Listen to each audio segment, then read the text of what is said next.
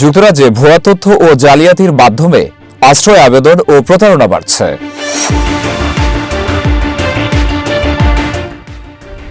যুক্তরাজ্যে নিত্য নতুন কৌশলে ভুয়া তথ্য ও জালিয়াতির আশ্রয় নিয়ে অভিবাসনের আবেদনের সংখ্যা বাড়ছে। কম সময়ে সহজ পথে স্থায়ী হওয়ার উদ্দেশ্যে কিছু আবেদনকারী অসাধু পরামর্শদাতাদের সহায়তায় ভুয়া ও মিথ্যা তথ্য উপস্থাপন করছেন, এমন অভিযোগ নতুন করে উদ্বেগ তৈরি করেছে।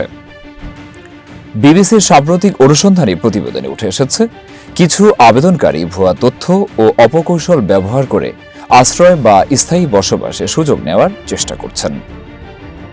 বিশ্লেষকদের মতে এসব ঘটনার প্রেক্ষাপটেই যুক্তরাজ্য সরকার ধীরে ধীরে অভিবাসন প্রক্রিয়ায় কড়াকড়ি বৃদ্ধি করছে।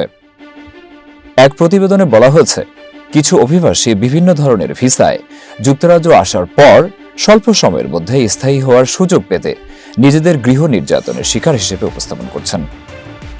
Migrant and victims of domestic abuse concession নামের সুরক্ষা ব্যবস্থার আওতায় দ্রুত স্থায়ী বসবাসের অনুমতি পাওয়ার সুযোগ থাকায় এ ব্যবস্থাটি অপব্যবহারের ঝুঁকিতে পড়ছে বলে আশঙ্কা করা হচ্ছে।